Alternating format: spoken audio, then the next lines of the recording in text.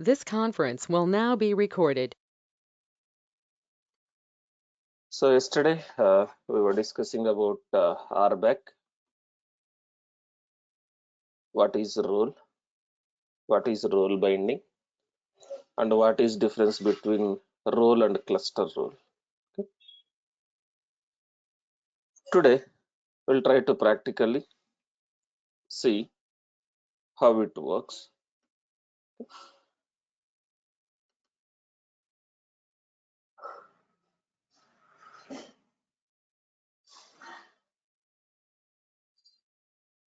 We were discussing about what is role and what is role binding.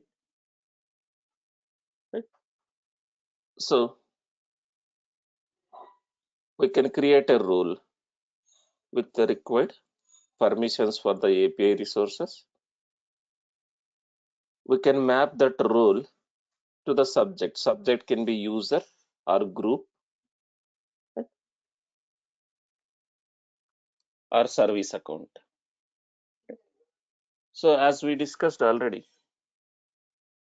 we have a role or and cluster role. So the difference between role and cluster role is role is inside of a namespace. Role is basically inside of a namespace, while cluster role is cluster-wide permissions without namespace boundaries.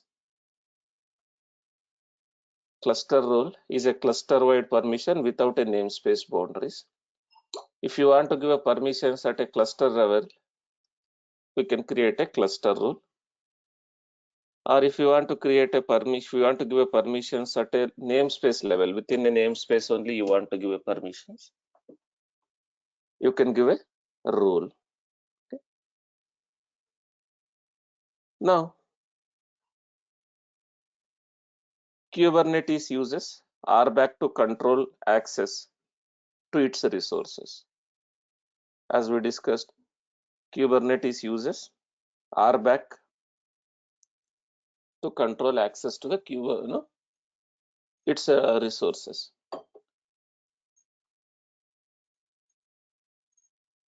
Now let's take this use case. Let's take let's have a user called Balaji. Okay. Now Balaji belongs to some development group. We should not have Balaji to have a complete access to the Kubernetes resources. Then we will see how to give a restricted access to the Balaji.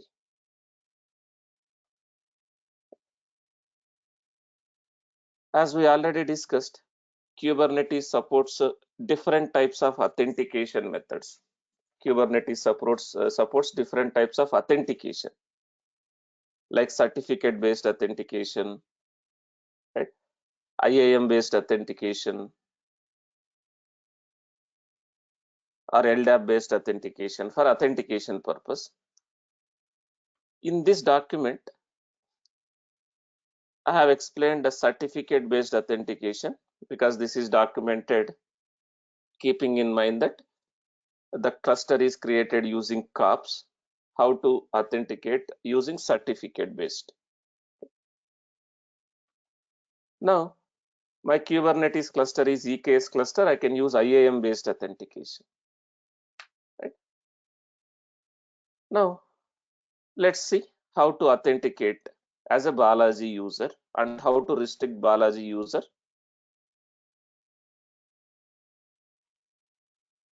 to the Kubernetes resources. If you have created a Kubernetes cluster using COPS, then you can follow these instructions to authenticate using certificate-based authentication.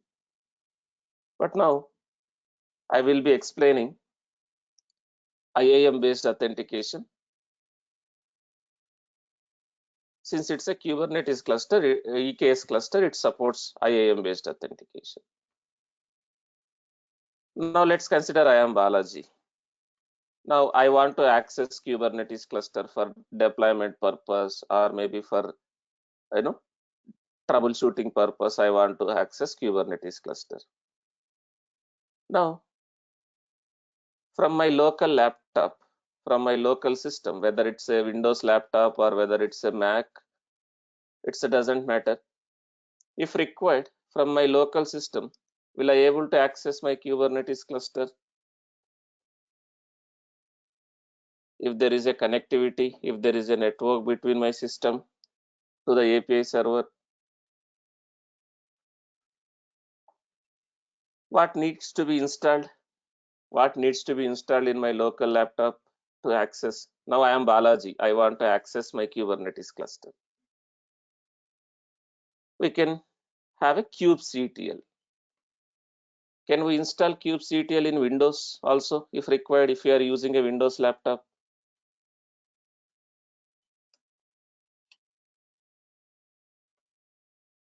We can install in Windows also, right?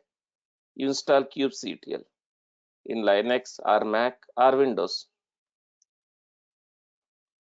If you are using Windows, download this exe file. Download this exe file.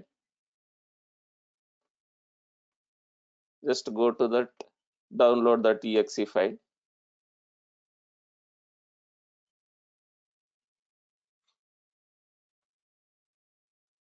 Or maybe something like this. You use this curl command, or you go to here. You click on this link. If you are using Windows, this link, this one. It will download that exe file. If you are using Windows,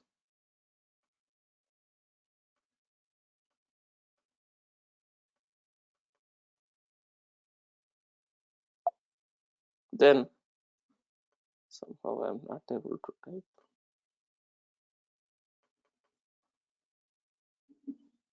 Okay, you download that exe file and install. And I am using Mac.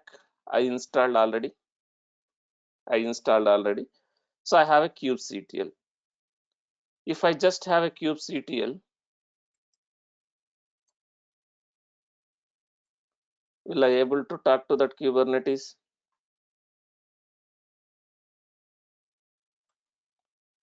I have a kubectl. If I just have a kubectl, will I able to talk to that cluster? What is required? I have a kubectl installed. We need, I have a kubectl installed. What we need? We need a kubeconfig file. Now, how can I get the kubeconfig file? Now, this is a EKS Kubernetes cluster. How can I get the kubeconfig file? Now we will understand AWS concepts also. How can I get the kubeconfig file for EKS, that cluster? We can use AWS CLI, right? I have AWS CLI also installed in my system. I have AWS CLI also installed. If I just have an AWS CLI, will I able to access, will I able to execute something like this? EKS update kubeconfig hyphen name, my cluster name. If I just have a AWS CLI installed, will I able to get the kubeconfig file? If I just install AWS CLI,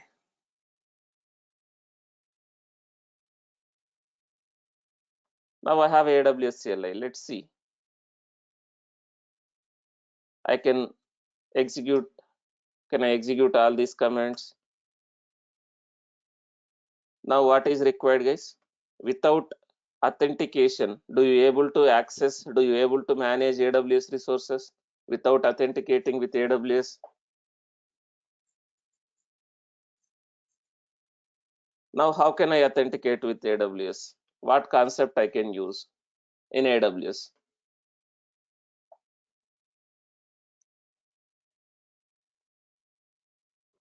What concept I can use? IAM concept. But this is my end user. This is developer. Can we attach role to this my laptop? Or I need to use user concept here, IAM user concept here. IAM user, not the role.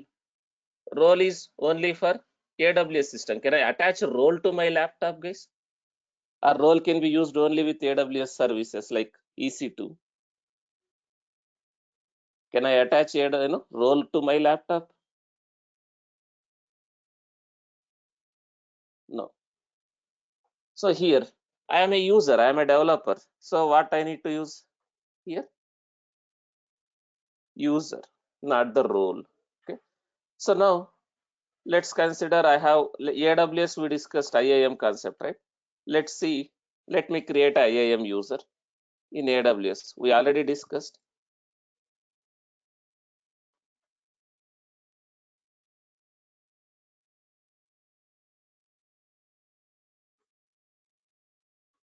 So let me create one user for now. I don't have any user, right?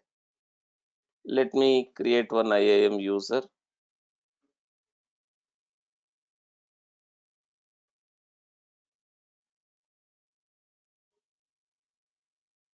This is nothing to do with Kubernetes. This is nothing to do with Kubernetes. This is for AWS. Okay. So now let's consider Balaji. I'm giving a programmatic access, console access.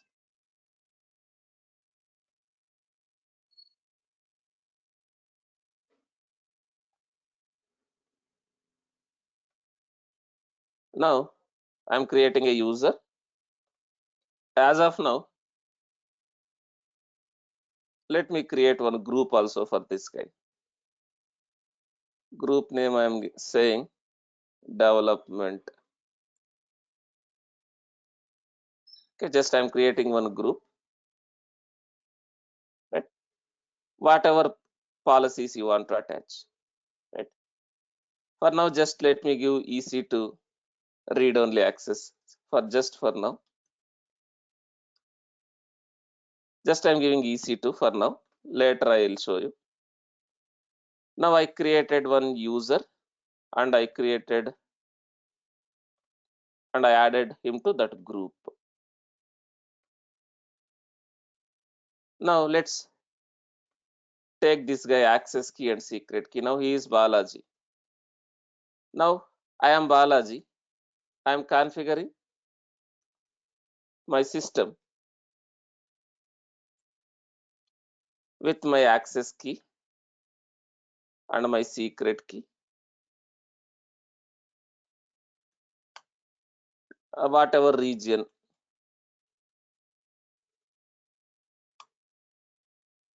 and whatever format you want to see, JSON format or table format. Now I configured AWS CLI, but does Balaji has a EKS permissions? Now do you able to see AWS concept? Why he is not able to see how many clusters are there? Because does Balaji user has a EKS permissions or he has just EC2 permissions?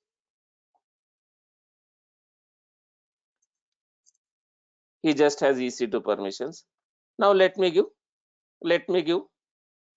EKS permissions also for this guy. Let me go to IAM again.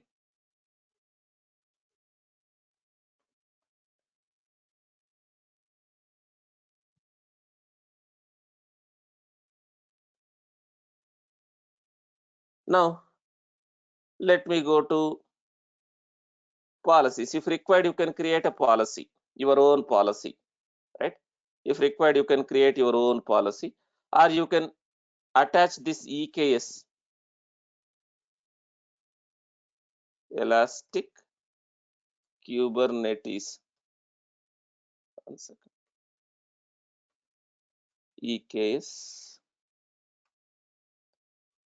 EKS, right? You can attach this EKS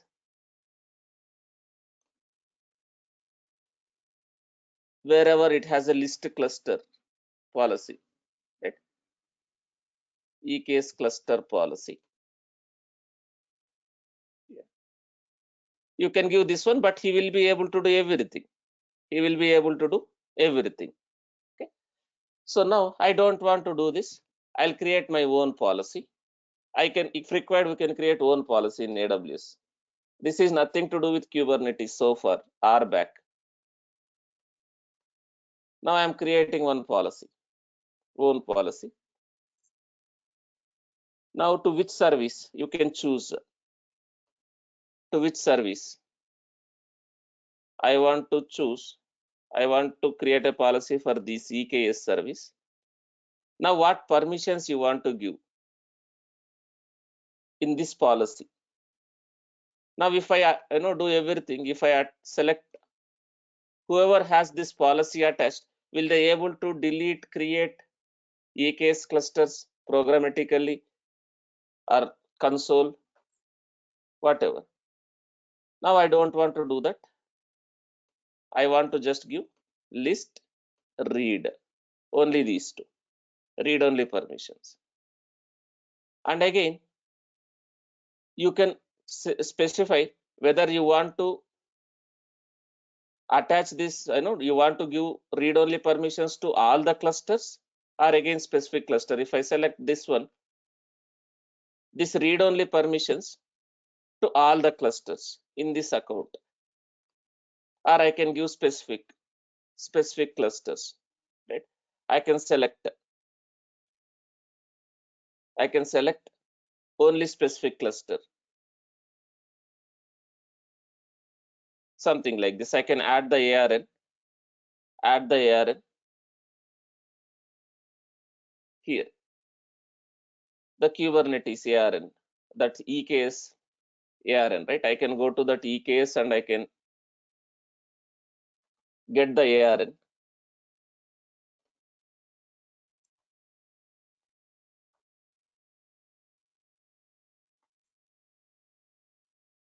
So we have this EKS cluster, right? When I go here, I can see the ARN of this cluster, right? This is the ARN. Right? Or here, you don't have anything, like just here, paste that. Now, this is the ARN. Now, if I give specific cluster, even though I have 10 clusters in this account, whoever has this policy will be able to read, will be able to get the details about other clusters except this one. If I give specific like this, if I give specific cluster like this, if I attach, if I create a policy, if I give specific ARN, then only they will be able to see only this cluster, not other clusters, right? I have given only to this guy.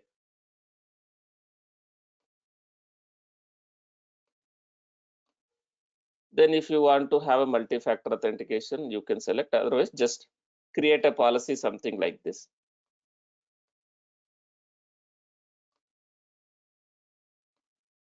Give some name, EKS cluster read only.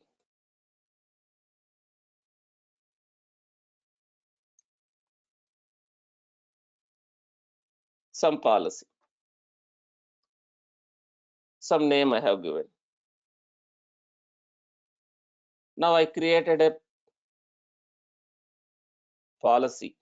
Now if I attach this policy, to this group where Balaji user belongs to this group, if I attach that policy to this group, if I go to permissions, if I attach policy, whatever I have created, this one,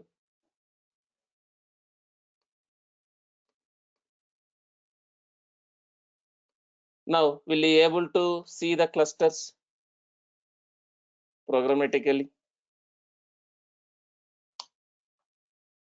Now do you see, is he getting permission denied, or he is able to see how many clusters are there? I'm just executing AWS EKS list clusters. This is the cluster. I have given just read only. will this Balaji user able to execute delete cluster? Will he able to delete the cluster? No. This is AWS permissions, right? Now, can I get, I can get the kube config file. Kube config, AWS EKS, kube, update -kube config, -name, this cluster name, -region, whatever region the cluster belongs to.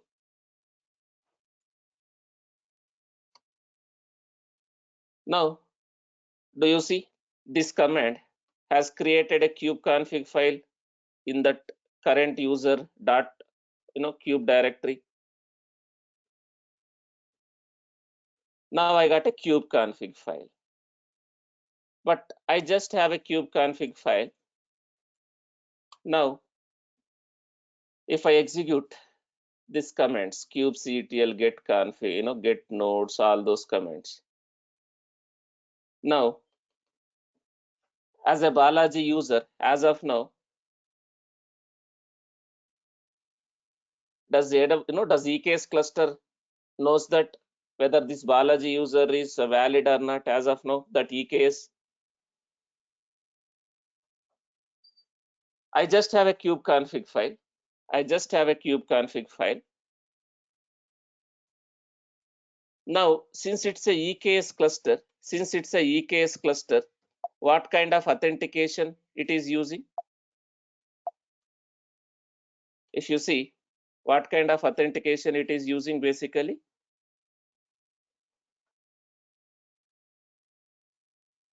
What kind of authentication it is using? IAM based authentication. IAM based authentication. Now, I need to, as a Kubernetes admin, I need to create some roles, some role bindings to the Balaji. Then only he will be able to access. Right? Now I need to integrate. First, I need to integrate this user with EKS. Now, in one of the system already, did I configure my AWS and my Kubernetes with a root user, the admin user who has access to everything? If you remember, right, in this system, as a which user I configured? As a which user I configured? This one, as a root user. He has all the permissions. Now, this guy will be able to create a rule, I mean to say roles, role bindings in the the EKS, the Kubernetes. Will he able to manage the permissions as admin? Now let me connect to this system. Let me connect to this system.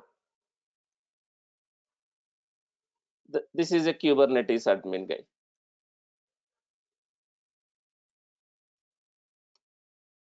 Now here, he is able to perform all the operations. Now I need to first link IAM with Kubernetes. So here, in this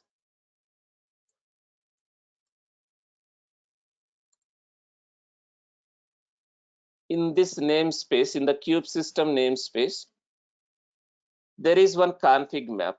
In the kube system namespace, there is one config map called AWS authentication. So that API server will use this config map for authentication purpose. So here, as a Kubernetes admin who has permissions to everything, I can update this config map, right? If you see, as of now, it has some data, some config.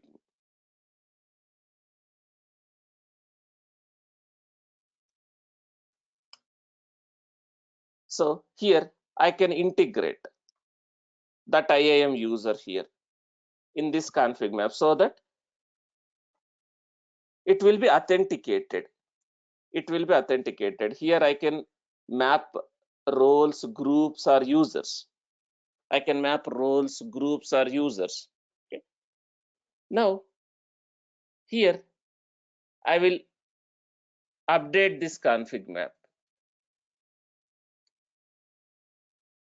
I will update this config map. Can I use something like this? Edit.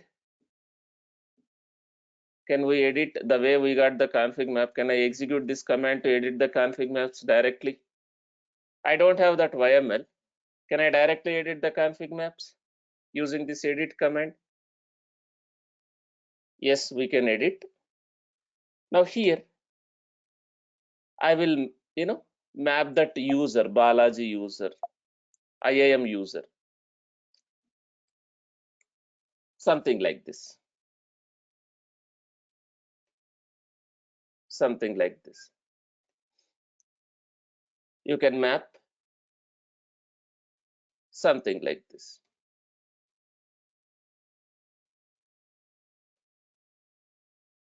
Users. Map users, that user ARN. So something like this. Map users.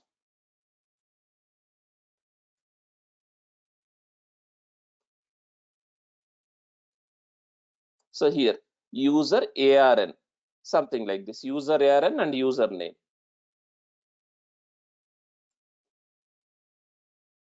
User ARN and user name. Username is Balaji. That user ARN. This user will have a ARN, right? Balaji user ARN, Amazon resource name. This Balaji user IAM. This ARN, this one.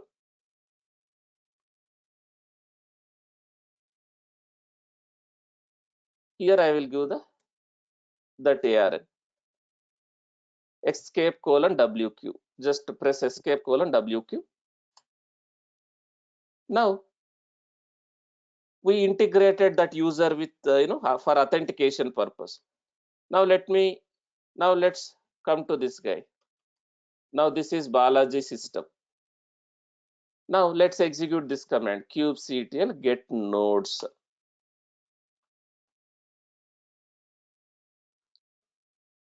Now it is authenticated. It is authenticated. Now authentication is successful, but as a Balaji user, does he have a permissions to the Kubernetes resources? Authentication is successful now. But authorization, does Balaji has a permissions to see the nodes, to see the namespaces, to get the pods? Now Balaji user is authenticated. Authentication is successful. Balaji user is valid. Balaji user is known to the Kubernetes, that EKS. Because we have done the mapping. We integrated the Kubernetes with IAM. Now, is he able to get the pods? Now, if you see, I'm executing kubectl get pods. What it is saying?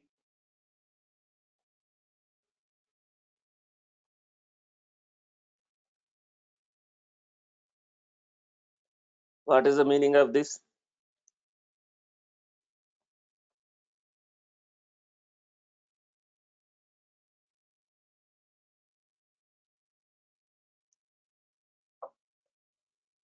Forbidden. So now, did we created a role binding for this Balaji user? Right? Did we give any permissions to the Balaji user in Kubernetes? No. Now, as a Kubernetes admin, can I create a role for this Balaji user? Can I map that Balaji user to some Kubernetes permissions? RBAC as a Kubernetes admin. Now this is admin user. Now will I able to create a role bindings or cluster role bindings as admin? I am a Kubernetes admin. I am managing the access to the people. Now here, as a Kubernetes admin, here, who has access to everything, can I create a role bindings?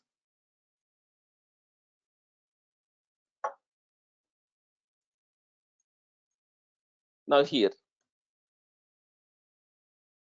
people are like not at all responding. Seems they are very bored with Kubernetes. Sir, what is this? From last 20 days you are discussing Kubernetes. We lost the interest. No one is responding. Yes, no, at least.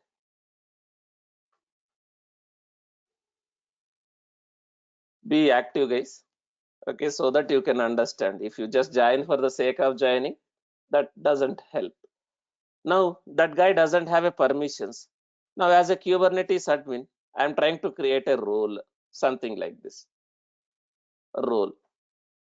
Suppose I'm mapping this role. I'm creating this role in the default namespace.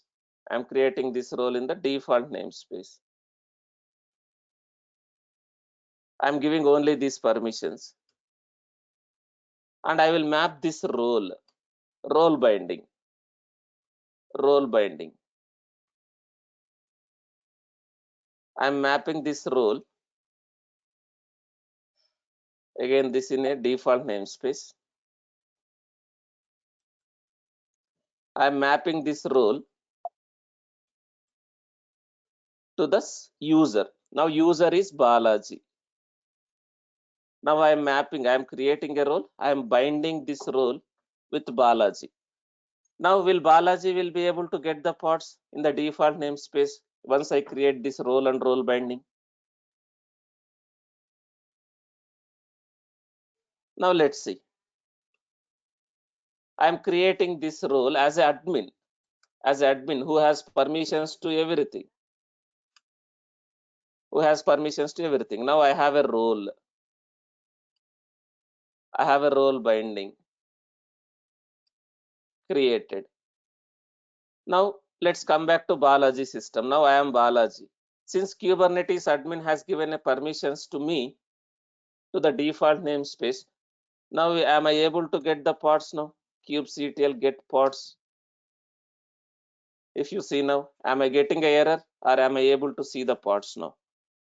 Since admin has given permissions to me, Balaji. Am I able to see the pods? Yes. But will I able to see the parts in other namespaces like kube system namespace or any other namespace?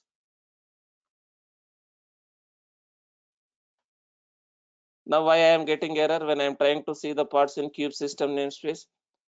Do I have a normal permissions? Do I have a cluster role? Did admin has given a cluster role permissions or a normal role? Normal permissions, normal role, not the cluster role. Now again, admin has given only read-only permissions to the default namespace pods. Will I able to delete the pod? No.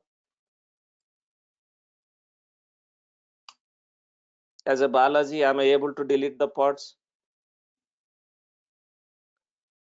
What is the meaning of this one?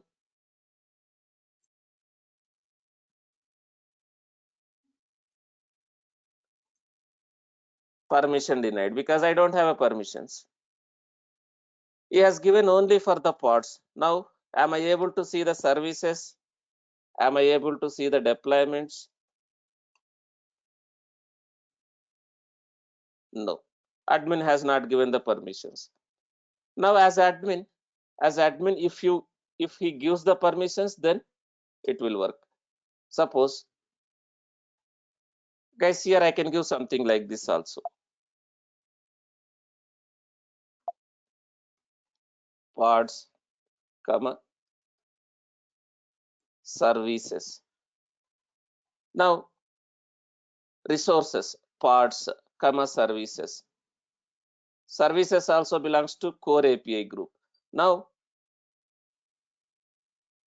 something like this he has given. And not only for this, API groups, apps, resources,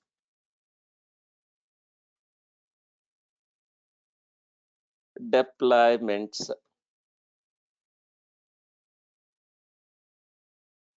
replica sets, something like this. Stateful, stateful sets, something like this. Verbs, get, watch,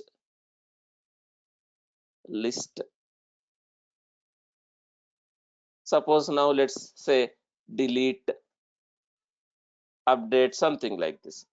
Now, if I again I am modifying the role where Balaji belongs to, the R role in the Kubernetes. Now, if I apply this change, now will Balaji will be able to get the deployments, replica set, stateful set. Since I have given delete update, will he able to delete the deployment, update the deployments, these replica sets?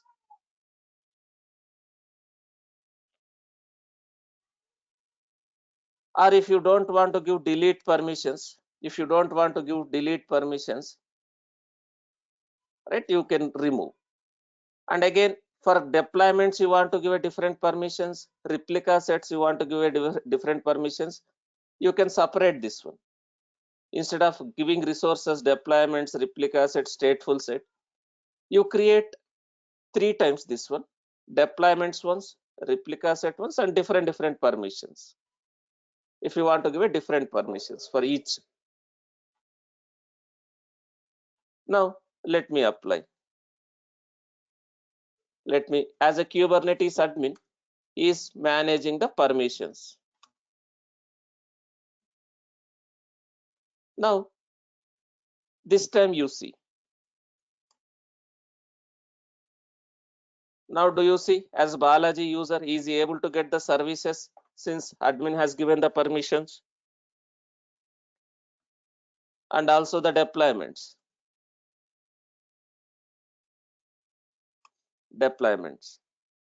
Now, do you see, as a Balaji user, is he able to get the deployments?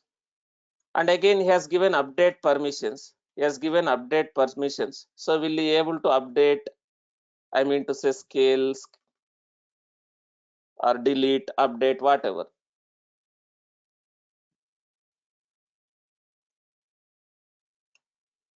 Since he has given, sorry, okay. So scale permission I have not given, right? This permission I have not given, only delete I have given. Scale permissions I have not given because forbidden. Now I have given delete permissions, update permissions. I can update something like this, kubectl update, deployment,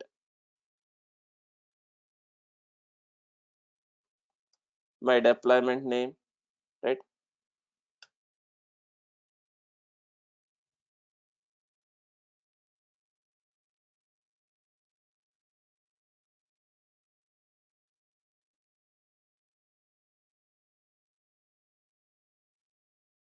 Sorry, edit.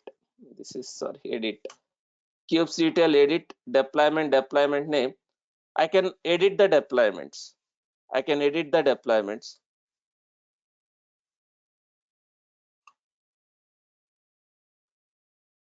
Then I can delete the deployments also based on the permissions, whatever permissions here you have given, based on the permissions whatever he has given, right? Now this is at a namespace level. Suppose same thing if I want to give at a cluster level, what needs to be done? Suppose I want Balaji to have a permissions irrespective of the namespace, these permissions. In that case, cluster role, and what needs to be done, guys?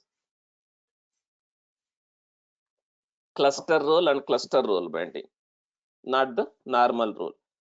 Here I can give something like this. If required, I can give something like this. API groups, API groups star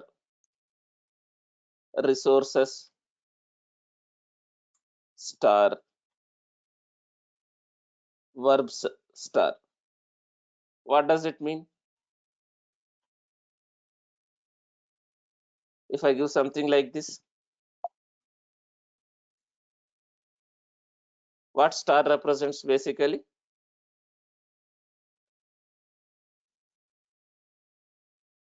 I can give something like this. For all the resources, for all the resources, all the permissions. But again, it's a normal role, which means in this namespace, will be able to do everything. Now, instead of role, if I do the cluster role, instead of role, if I create a cluster role, in that case, will become a cluster administrator. Will Balaji become a Kubernetes administrator, cluster administrator? Instead of role binding, if I do cluster role binding,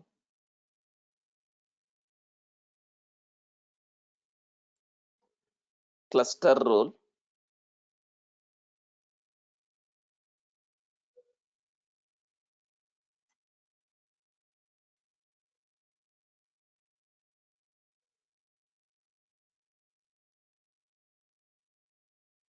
something like this, cluster role, and I'm just giving a names properly.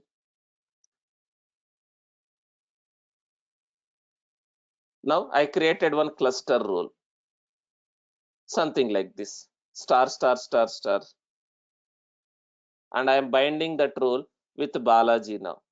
Now will Balaji become admin since I have given star, star, star, and again it's a cluster role. If I make these changes,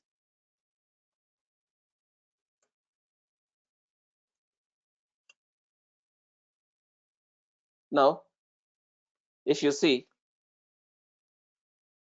since I have given all the permissions, star, star, star, now as a Balaji user, now do you see he is able to execute everything irrespective of the namespace. He is able to see the nodes, he is able to see the namespaces, he is able to see the pods or anything in any namespace.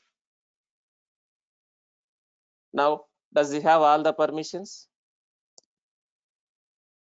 as a Balaji user? So this is how RBAC works. This is how RBAC works. In the interview, they'll ask, right, what is RBAC? Straightforward question. Or they will ask, how do you manage access to the Kubernetes resources? I don't want someone to have all the permissions to all the Kubernetes objects. Then how do you manage? What concept we will use, guys, in Kubernetes? For authorization purpose, in a simple word, RBAC, role-based access control. So we have a role binding. You have a cluster role binding. We have a service account. What is service account? We already used. Suppose one application need access to the Kubernetes API, like metric server, ingress controller. The application need access to the Kubernetes resources. How are we giving access to the Kubernetes resources? If one application which is deployed in the cluster need access, what we are doing? We are creating a service account and we are binding that service account with roles. It's like in AWS, suppose one server need access to the AWS resources. In AWS, one of the machine, one EC2 server need access to the AWS resources. What are we doing? Suppose in that case, what we have done? We have attached policies. We have attached policies to the role. The role is attached to the system. The role is attached to the system, right? Similarly here, one application need access to the Kubernetes APIs. One application need access to the Kubernetes API, application process. In that case, what did we have done, guys? When we deployed metric server, when we deployed ingress controller, what we have done? We created a role. We created a role bindings based on the requirement, and we mapped that role with service accounts. And that service account we used in the pod. If you see this one,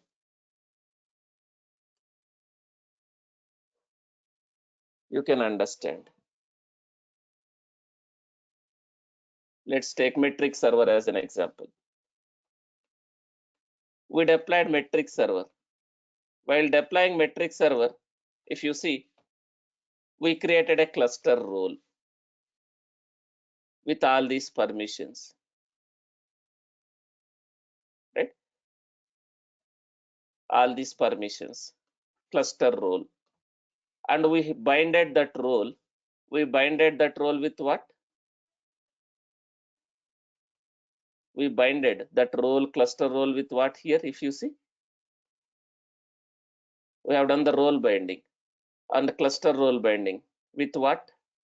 Service account. We created a service account, right? We created a service account. We created a service account with this name, and we binded that service account with some roles. And this service account is attached with your pod. If you see, while deploying this metric server application, right here, if you see service account, we attached that service account to our this pod. Now, will this metric server will have the permissions to the Kubernetes API based on whatever role permissions were given to that service account? So that is how we can give access to the applications. Right? We have all these concepts. It is administration, Kubernetes administration, managing access to the Kubernetes resources. We have this concept, RBAC. So sometimes in the interview they'll ask what is role binding, what is service account, what is difference between cluster role and normal role, something like this. So this is very important concept. In the real time we will use all these concepts because you have a developers, you have a operations team. As a developer, will he have access to everything? Will he able to disable the scheduling? Will he able to taint the nodes? Will he able to add the labels to the nodes? As a developer, do you give all these kind of permissions to the developers? No. So if it is an administrator, if he is an operations team, he will have a permissions to the administration, right? As a developer, he can't do all the he can't do everything in the Kubernetes. In the real time, we will use all these concepts. RBAC. Okay?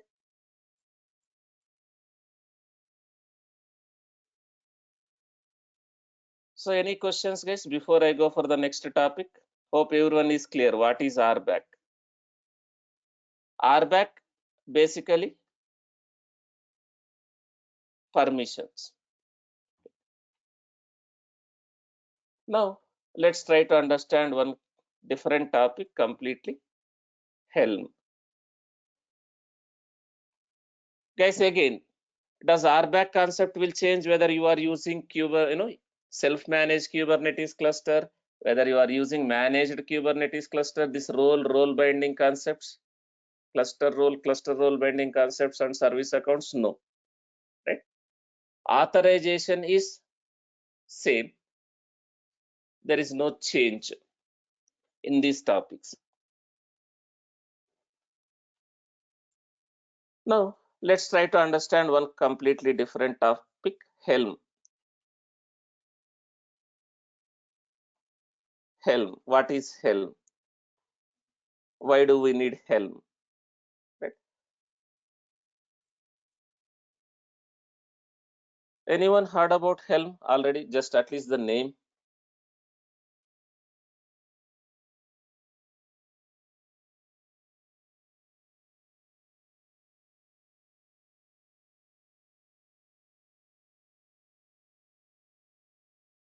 So what is Helm, right? Why do we need Helm? So Helm is a package manager for Kubernetes applications. Helm is a package manager for Kubernetes applications. So far, how did we deploy applications to the Kubernetes? How we deployed applications to the Kubernetes?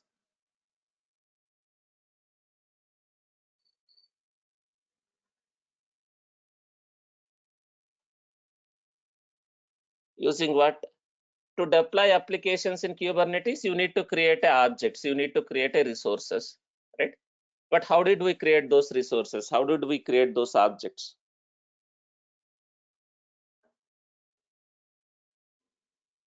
To deploy applications in Kubernetes, you may need to create a Kubernetes resources or objects like a deployments, config maps,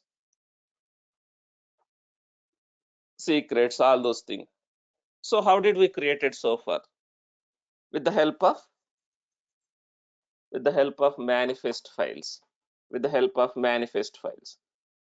We call it as a Kubernetes manifest. Sometimes in the interview they'll ask, does Kubernetes supports JSON files also instead of YML? Sometimes in the interview they'll ask, or will it support only YML? Or can we use JSON files instead of YML files? Sometimes in the interview they ask. Yes, it will support JSON also, not only just YML.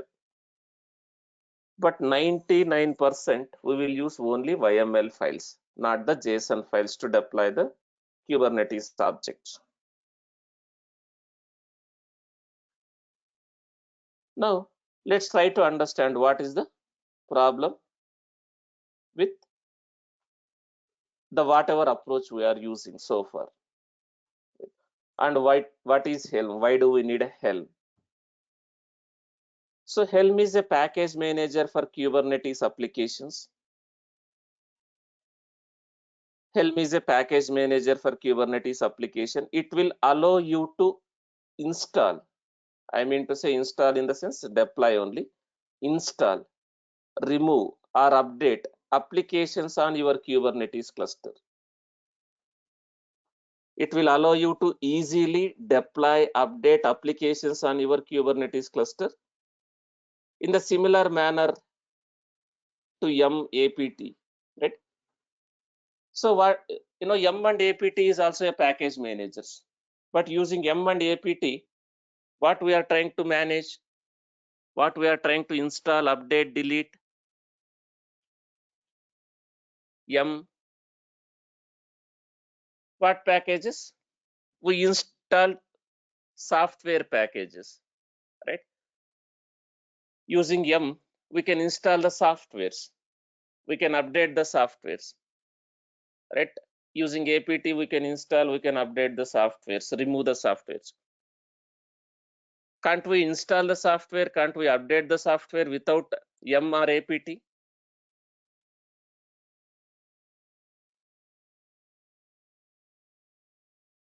Can't we install? Can't we update? Can't we remove the software packages without using YAML and APT? We can do that. But why we are using YAML or APT? Why we are using first of all package managers? It is going to simplify the process. It is going to simplify the process of installing, updating, and managing that, right? Similarly, is Helm is mandatory to use in Kubernetes to deploy the applications? Or can't we install, can't we deploy the applications in Kubernetes without using Helm also? We can. So far, I deployed a lot of applications. Did we use Helm?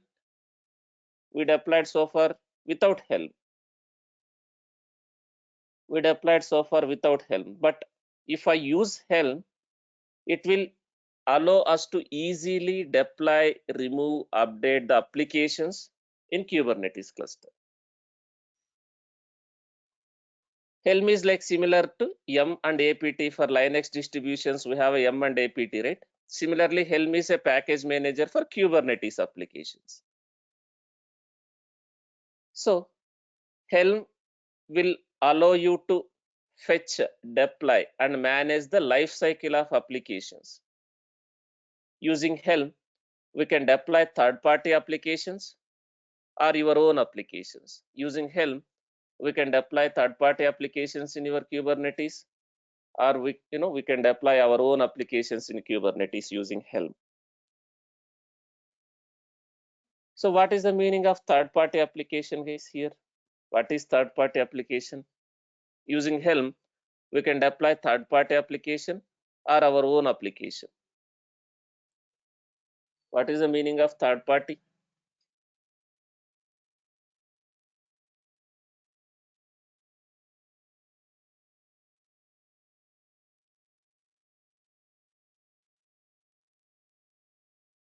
Third-party in the sense, the application which is developed and managed by someone else, not your own application. Like we have a metric server, we have a Nginx ingress, ingress controller application, like metric server, Nginx, Jenkins, or Nexus. Can we call all those things as a third-party applications? Because those applications are developed and managed by someone else. So using Helm, you can deploy your own application in Kubernetes or third-party application also in Kubernetes, right? So why to use Helm? First of all, why we need to use Helm? Why we need to use Helm? Kubernetes can be difficult to manage with all the objects you need to maintain for your applications to deploy. Kubernetes can become very difficult to manage with all the objects you need to maintain, right? Suppose I want to deploy some application. Do I need to create lot of objects based on your requirement? Suppose I want to deploy this application, this Spring Boot, whatever application we demonstrated. So if I want to deploy this application, do I need to create lot of objects like config maps, secrets, deployment, services, and also maybe if you are using ingress rules, and for database, stateful set, something like this?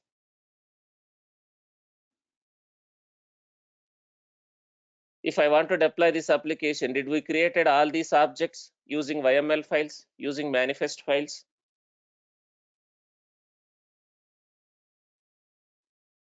So Kubernetes can be difficult to manage with all the objects which you need to maintain, like config maps, secrets, pods, services, etc. And Helm will manage all this for you. Helm will manage all this for you, right? Instead of managing everything on your own, you can use Helm to manage, Helm to create all these objects, right? So Helm will greatly simplify the process. Helm will simplify the process of creating, managing, and deploying applications using Helm charts. Using Helm charts, it will be very easy to create and manage and deploy the applications in Kubernetes. So if I have a Helm chart, if I have a Helm chart for this application, I can simply execute Helm install, Helm upgrade, Helm remove, something like this. The way you are the way you are executing yum install Git software or yum install Maven software, like yum install or yum remove or yum uninstall, right? You have these commands. The way we are going to use this one. Similarly, if I have a Helm chart for this application, I can execute Helm install that chart name.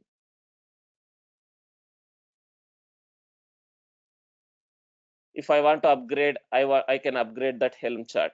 If I want to remove that application, I can execute Helm remove, something like this. So Helm will simplify the process of creating, managing, and deploying applications using Helm charts. So in the Helm, we have at high level we have three concepts. In the Helm at high level we have three concepts. Helm has this concept: CLI, chart, repositories.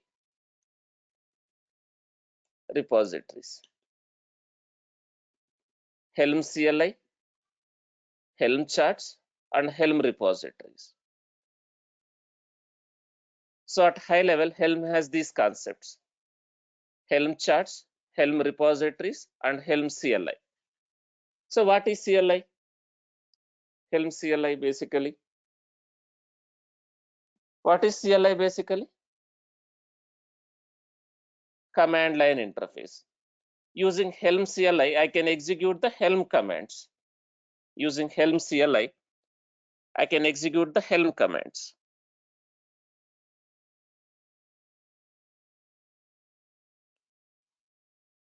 So Helm has a CLI, Helm has a charts, and Helm has a repository. Using Helm CLI, we can execute commands. We can install, upgrade, remove. We can execute those commands, Helm commands. And what is Helm chart? What is Helm chart? Helm charts are nothing but packages. Helm charts are nothing but, again, your package, the Helm package. Charts, which are the Helm packages. And we have a repositories, Helm repository. What is basically repository, guys? We discussed all the repositories, right? What is repository? What do we do, or what do we do with repositories?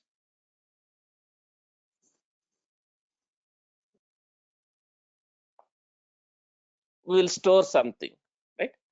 Like we have a Docker repository. Similarly, we have a Helm repository. In the Helm repository, what do we maintain? Helm repositories which hold the charts, Helm charts. So if I have a Helm charts in the repositories in the central location, does anyone will be able to deploy that Helm chart wherever they want to deploy if it is in some central location? If you have a Helm chart in your local system, will unless until you share that Helm chart with others, will they able to deploy application using Helm? So we can maintain the Helm charts in the repository so that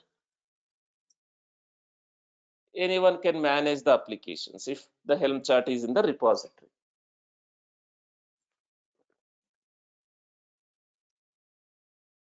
Now, Helm is making the process simple for deploying applications in the Kubernetes.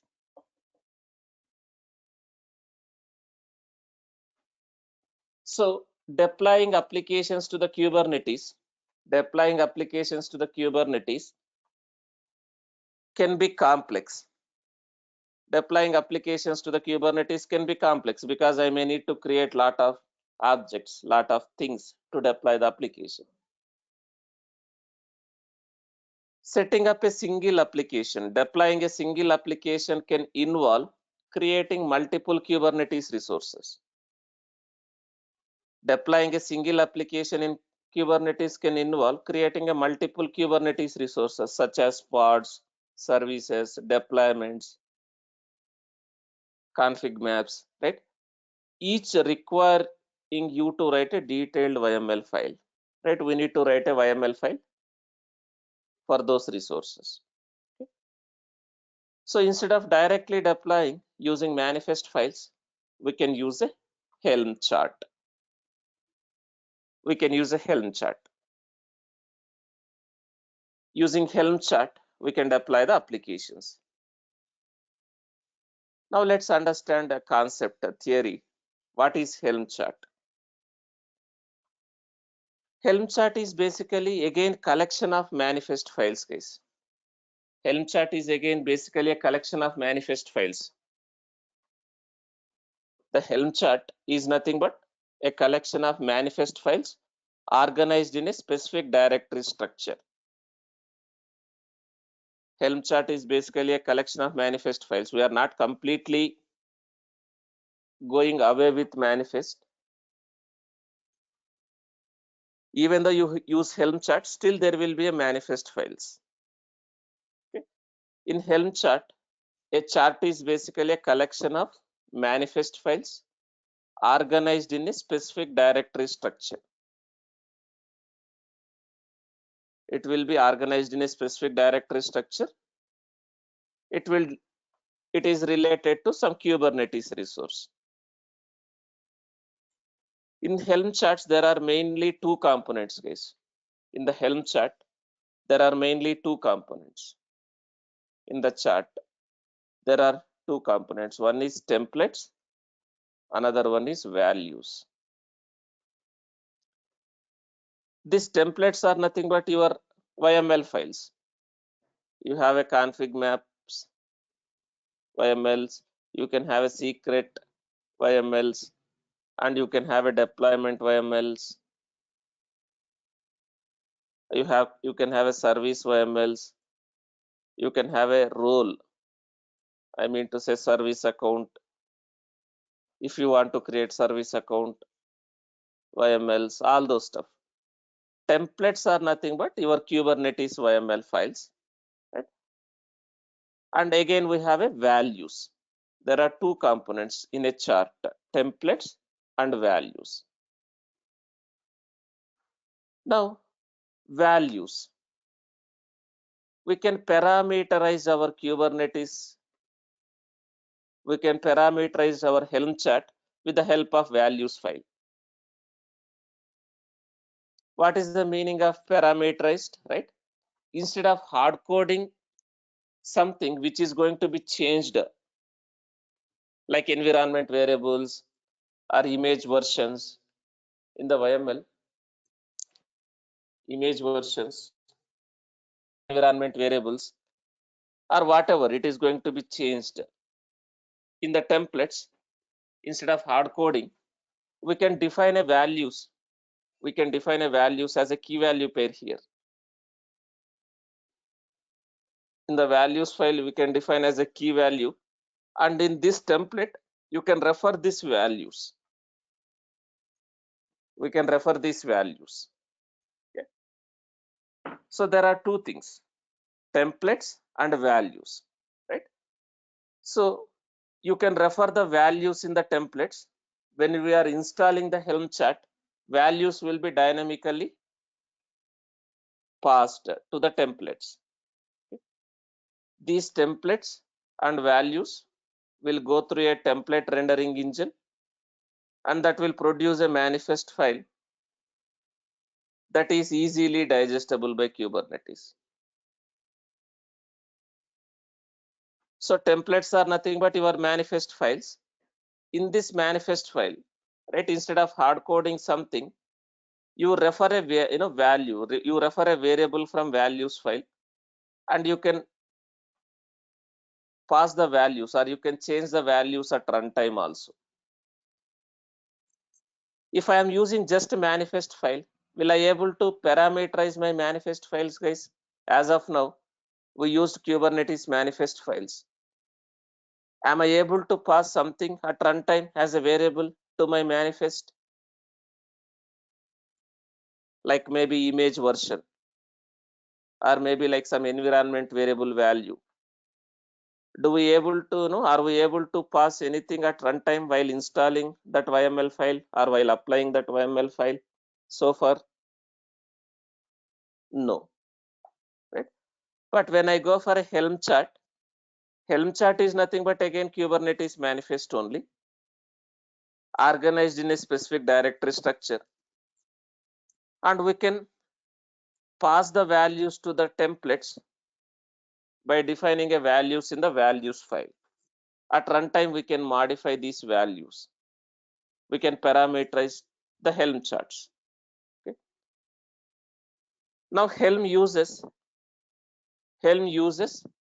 charts to pack all the required Kubernetes components.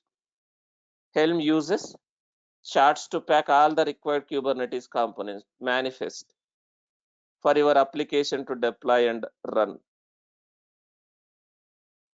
As I already told, Helm charts are very similar to our, like RPM or Debian packages.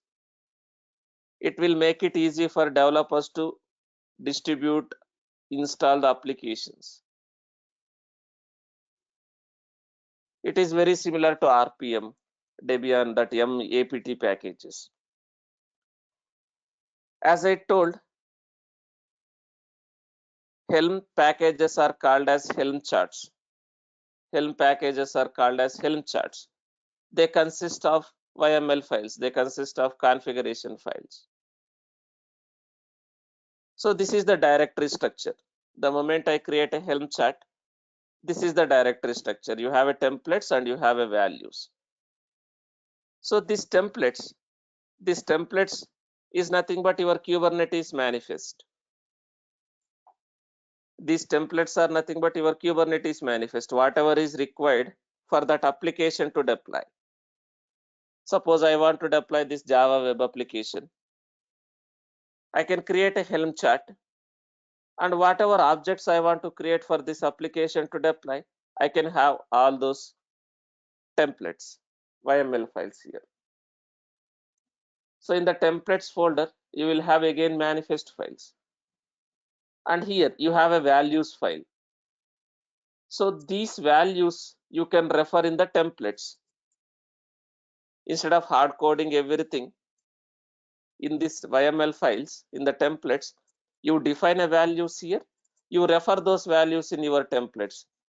When you are installing the Helm chart, the values will be replaced in the templates. So when I create a Helm chart, I will have this directory structure. So here, in this directory, we have all the Kubernetes manifest files, whatever is required for your application to deploy.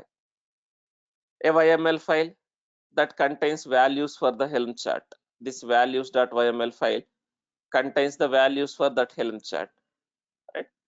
So this chart.yml is information about that Helm chart. Like that Helm chart is for what application, right? It is a metadata. It's a metadata of that Helm chart.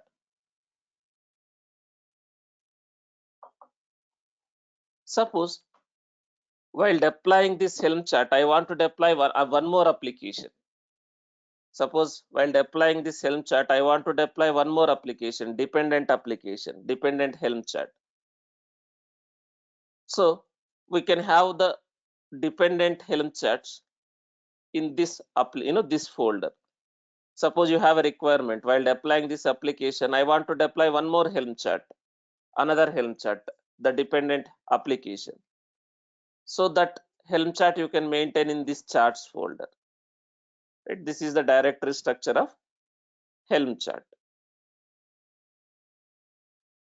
As I told already, Helm has a repository. Helm has a repository concept, right? So the Helm command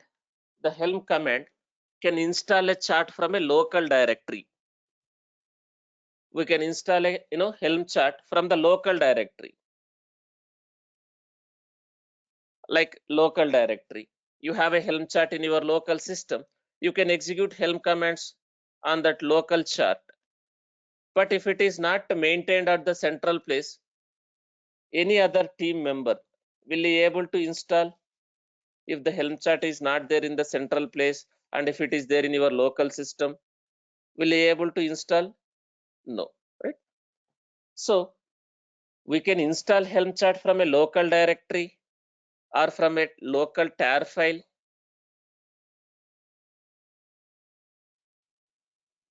or these charts can be downloaded and installed from the repositories also. You can have a Helm chart in local directory, or you can have a Helm chart as a tar file, or you can maintain the Helm chart into the repository. If it is a repository, right? If it is a Helm repositories, anyone can add the repository and anyone can install the application into the Kubernetes. So Helm repositories, basically where we will maintain the Helm charts. So if the Helm chart is part of repository, we can add the repository and we can install the chart from the repository. Something like this, if it is in a central location. Guys, when you are installing next, Jenkins, right? Did you added the same thing like, yum add repository here, whatever you see Helm repo add something like this. While you are installing Jenkins also, did you added the repositories, yum repositories or apt repositories, and then you have executed yum install, apt install, something like that. Similarly here, we can have a Helm chart for our application. Similarly here, we can have a Helm chart for application. We can maintain that Helm chart in the repository. Then we can add the repository and we can install that application using Helm. Helm is a package manager for Kubernetes. Okay. And Helm will maintain history of your application. Helm will maintain your release information. So Helm will maintain the information, how many times you deployed that Helm chart, how many revisions you have for that Helm chart.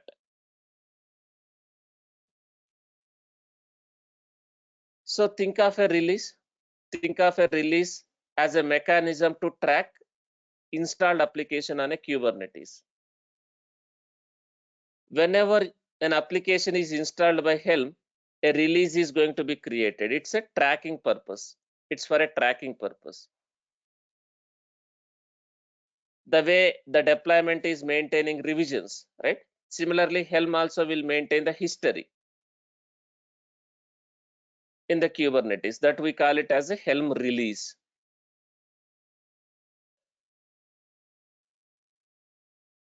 Now, before I install Helm, before I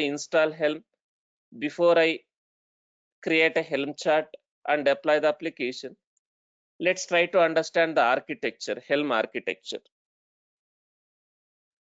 Let's try to understand the Helm architecture. So there are two things here. Helm, we have Helm 3 and we have Helm 2. We have Helm 3 and we have Helm 2. So Helm 3, latest version.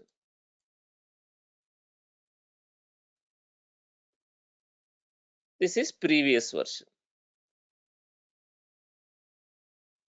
Now, if you see the architecture, understand the architecture, you have a Kubernetes cluster. This is your Kubernetes cluster. And you have a Helm chart repository, Helm chart repository. So what do we maintain in the Helm chart repository? As we already discussed, we can maintain the Helm charts. Helm charts. Helm chart is nothing but your Kubernetes manifest files. So you have a Helm CLI. Let's consider this is my laptop. This is developer laptop, or this is basically your, maybe CI/CD server, Jenkins server. So you have a Helm client, you have a Helm repository, you have a Kubernetes cluster. So using Helm client, basically Helm CLI, this system can be developer system. This system can be a CI/CD server where I have a Helm CLI installed. So Helm client can connect to Kubernetes API to deploy the Helm charts. Helm client can connect to the Kubernetes API server to deploy the Helm chart. And Helm client can retrieve the charts. Helm client can retrieve the charts from the chart repository. Suppose you are maintaining Helm charts in the repository. This Helm client can pull the charts from the repository and it can deploy that chart into the Kubernetes cluster. This Helm CLI. This client machine can be a developer machine, or this client machine can be a CI/CD machine, right? Suppose the developer doesn't have a permissions to create deployments. The developer doesn't have a permissions to create config maps and secrets. Even though he execute Helm chart commands, will the application will be deployed if the developer doesn't have a permissions? Again, the permissions. If the developer doesn't have a permissions, he will not be able to create. Helm CLI will connect to the Kubernetes to deploy the application. Helm CLI can download the charts from the repository. So if this developer has permissions, then only he can deploy. Otherwise, he will not be able to deploy. RBAC concept. So in Helm 3, if you understand the Helm 3 and Helm 2 architecture, this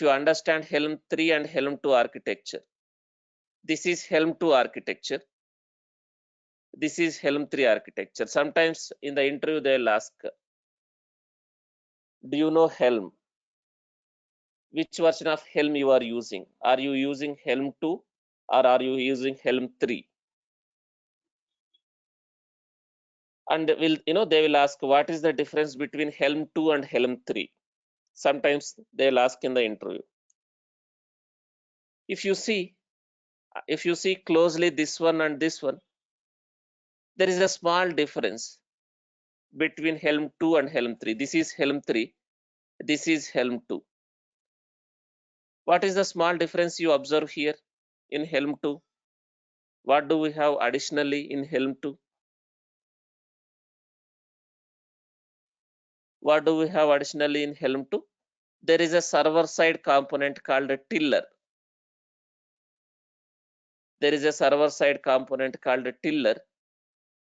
So in Helm 2 architecture, in old version of Helm, this Helm CLI cannot interact directly with API server. This Helm CLI cannot directly interact with Kubernetes API in Helm 2. So in Helm 2, there is a component called a tiller. In Helm 2, there is a component called tiller, which will be deployed in the Kubernetes. That is one application. Tiller is one application. So in Helm 2, a Helm component called tiller, which is deployed in the Kubernetes cluster in a kube system namespace. So if it is a Helm 2, your Helm CLI, will it directly interact with Kubernetes API? Or this Helm will connect with tiller and tiller will connect with API server? In Helm 2, Helm CLI will connect with the tiller. Helm connects to tiller to deploy the Helm charts in Helm 2. Helm CLI will connect to tiller. Tiller will connect to the API server. So when we are deploying a tiller application, again, do we need to create a service account and give the permissions to the tiller so that it will talk to the Kubernetes API? So when we are deploying a tiller, the tiller should have a permissions to talk to the API, service account concept. But when it comes to Helm 3, do we have a tiller here?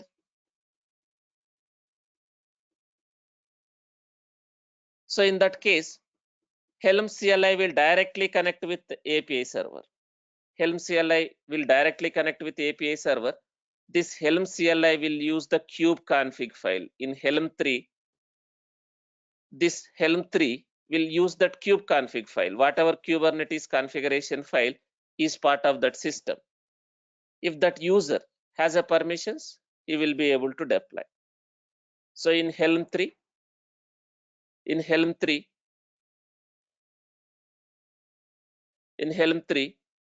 you don't have a tiller. Taranjit is asking, what is cluster admin role here? Does Helm?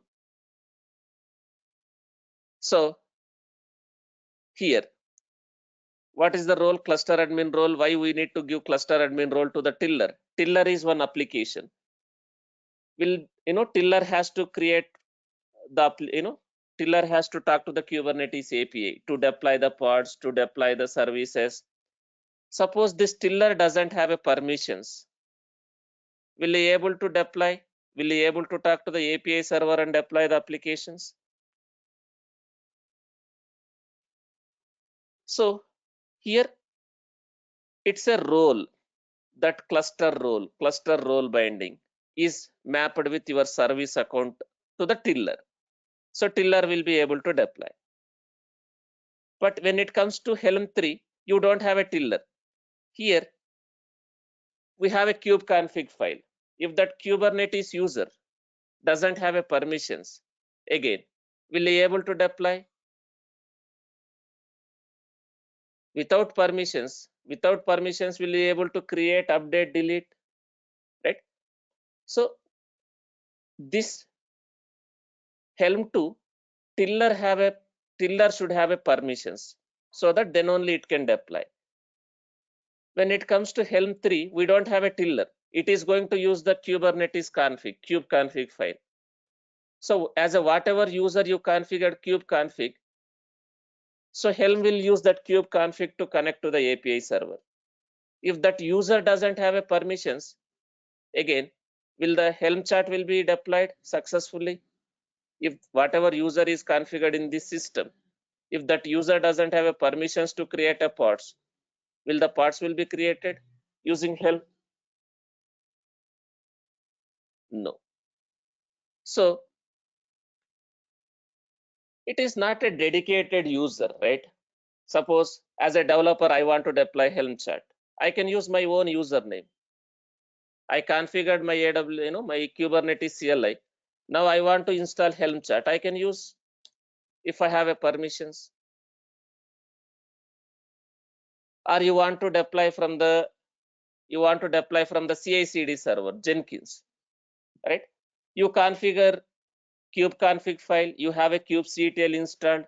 You have a kubeconfig file in the Jenkins server, and if that is an admin user, you configured Jenkins with admin credentials that Jenkins is using admin kube configuration, then will be able to do we able to execute Helm commands in our pipelines to deploy the application?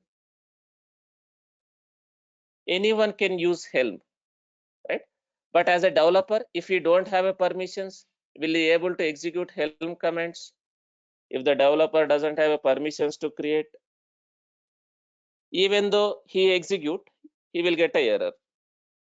Even though he execute, he will get a error because he don't have a permissions.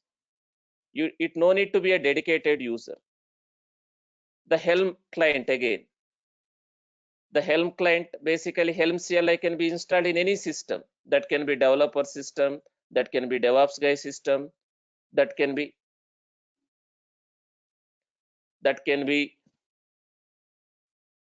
CI/CD server. Any user can use Helm based on the permissions he will be able to create. If the user, whatever user is executing the commands, if that doesn't have permissions, he will not be able to create. That is the basic concept, right? For any operation, you should have a permissions. Otherwise, if you don't have a permissions, you will not be able to do anything. So tomorrow we'll continue, guys. Tomorrow I'll continue. Tomorrow I'll install Helm 3 and we will see how to create a chart and how to deploy the chart. Tomorrow I'll continue. Okay. Helm doesn't have its own concept, permission. Helm is basically CLI. At the end of the day, Helm is talking to the whom? What is the whole purpose of Helm? What is the whole purpose of Helm? Helm is used to deploy the application to the Kubernetes. So it's just a CLI. It's a one command line interface using which you can talk to the Kubernetes, right? So how do you manage permissions in the Kubernetes? What concept you can use to manage the permissions in Kubernetes? RBAC, right? So I have a Helm CLI. Whatever user is configured in this machine, whatever kubectl user is configured in this system, if he has a permissions, he can execute, he can create the deployments. If this user doesn't have a permissions, it won't work.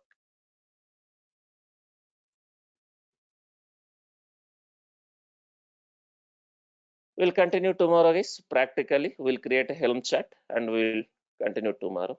Okay. I'm stopping the session for today. We'll see you tomorrow.